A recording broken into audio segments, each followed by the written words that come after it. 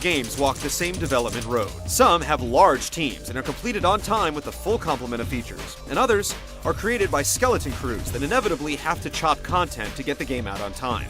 And then, they're the games that seemingly live in development purgatory, missing their release date in the name of quality. Stalker: Shadow of Chernobyl tries to fall into this last group, and qualifies by being in development for 4 years. But quality isn't exactly a word we'd associate with this unique, yet incredibly frustrating shooter.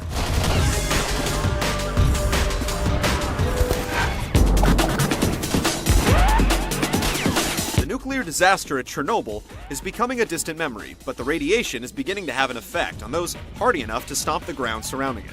Strange mutated creatures have been popping up, and the zone is populated with bounty hunters and rival clans.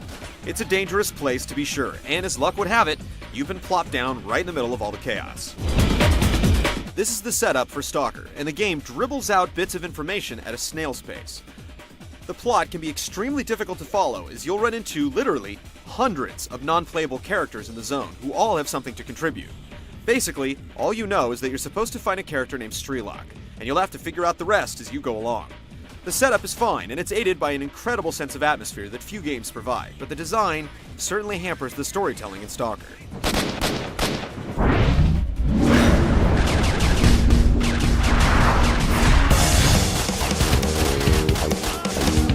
Stalker is truly a first as far as its design is concerned. It plays very much like World of Warcraft, with assault rifles. The zone is absolutely enormous, and as you venture forth, you'll come across all sorts of unsavory characters, and many have mission objectives for you to accomplish. They give you a mission straight away. Or items to trade for.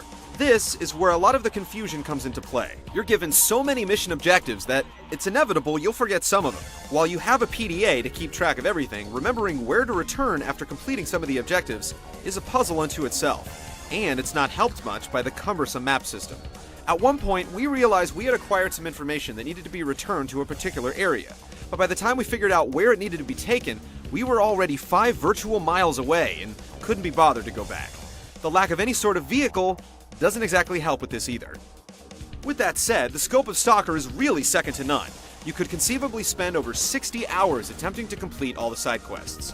Granted, most of them are pretty dull. You'll spend a lot of time fetching items from one person and taking them to another, killing targets, or defending areas. It's all pretty standard fare, but it's there for the taking. The good news is that the main quest, if you can figure out how to stay on it, is fairly engrossing.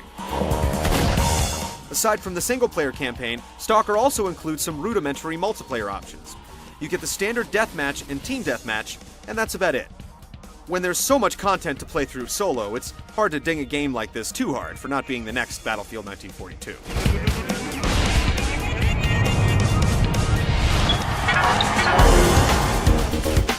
As the name suggests, Stalker is all about tracking down targets and terminating them, and you're going to need weapons to do this. While the armaments are realistic in their appearance, using them is anything but. The guns are simply far too inaccurate. When you deliver a shotgun blast to an enemy at point-blank range, there's no reason in the world that they should not drop to their knees, yet this happens constantly. The same holds true of any other gun in the game, as enemies walk through waves of bullets like spray from a water hose. Either the guns are incredibly inaccurate or the hit detection is bogus. Either way, it makes for a frustrating game, and that's just the beginning. The game auto-saves when you enter a new area, but that's the only time it does. Considering just a couple of bullets will kill you on the normal difficulty setting until you get some decent armor, it can become incredibly frustrating and annoying to have to constantly save the game for fear of losing progress. Making the game even more grating is the incredible enemy AI. They'll flank, sneak up behind you, and otherwise pull out just about every trick in the book. Normally, this is a huge positive for a game, but it ultimately makes Stalker less enjoyable when coupled with the other issues. When you do manage to down an enemy, you can pillage the corpse for new equipment and health items. Money is supposed to govern the entire game, but it's practically pointless when you can get all the equipment and items you need by simply searching fallen soldiers. Stalker is also one of those games that allows you to fill up your inventory to the point where you can't move.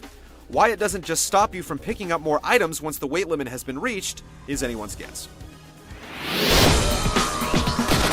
Stalker is one of those games that hardcore shooting fans will eat up, but the rest will be left wondering what the fuss is all about. It has some unique ideas with its open-ended world and myriad of mission objectives, but it's all dampened by its questionable gunplay. It should also be noted that it's a resource hog. We played it on a typical gaming rig and had to crank down the options just to make it run smoothly. Complaints aside, it does manage to pour on the atmosphere with some incredible sound design and spooky creatures, and the ideas here will undoubtedly be copied in the future. It's just a shame it wasn't nailed out of the gate.